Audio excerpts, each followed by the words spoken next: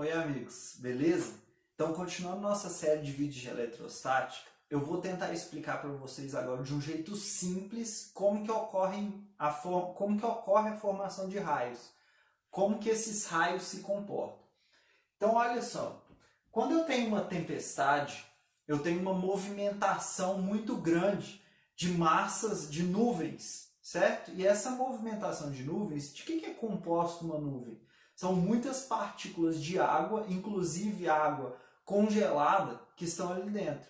Quando fica muito seco o tempo, geralmente são quando acontecem os raios, depois de um longo período de seca, as nuvens ficam carregadas eletricamente. Por que isso acontece? Nuvens se movimentando, as partículas de água elas vão se chocando umas contra as outras e se chocando com o ar. E aí elas vão adquirindo carga. E aí as nuvens elas ficam eletrizadas por atrito. Lembra que a gente falou lá no começo da matéria da formação da eletrização por atrito? Pois é, as nuvens aqui elas vão ser eletrizadas por atrito. E aí elas adquirem uma carga elétrica. A Terra, a gente considera que ela é sempre neutra. Ela até tem alguma carga elétrica, mas a gente vai considerar ela neutra. E a gente considera ela como se fosse um milionário. Então, tanto faz se ela receber muito ou se ela perder muito, não vai fazer muita diferença para ela, né? O milionário perdeu R$1.000, ele não vai ficar pobre. Nem ganhou R$1.000, vai ficar mais rico. Então, não vai fazer muita diferença. A gente continua considerando ela neutra.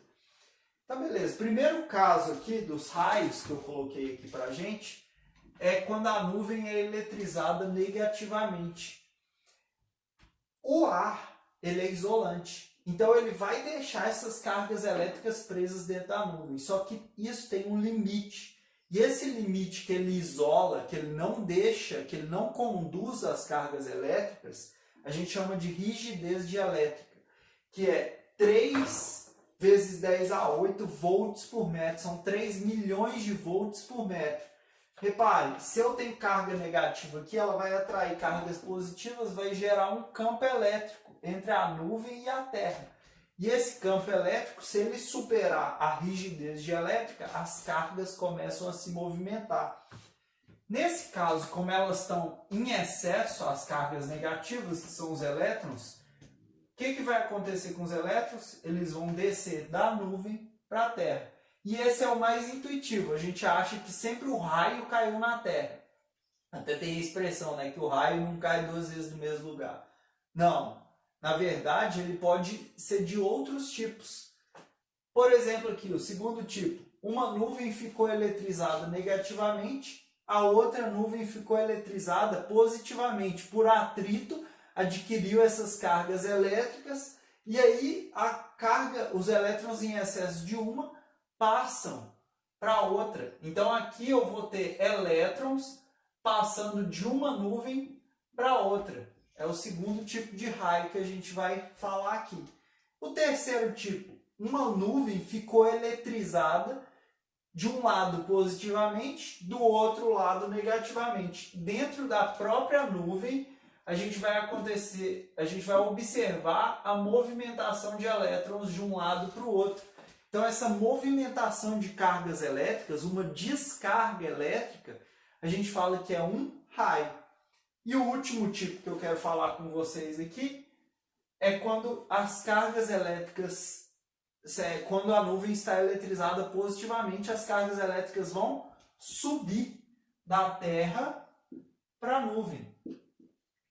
Então eu tenho um campo elétrico, esse campo elétrico ele rompe a rigidez dielétrica do ar, as cargas começam a se mover e nesse caso que elas vão subir. Então revisando, pode ser um raio, pode acontecer da nuvem para a Terra, da Terra para a nuvem, dentro da própria nuvem ou de uma nuvem para outra. Beleza? Isso acontece, uma descarga elétrica, quando rompe a rigidez dielétrica do ar, quando o campo elétrico entre a nuvem e a Terra, ou entre a nuvem e a outra nuvem, ou dentro da própria nuvem, ele é maior do que o ar suporta.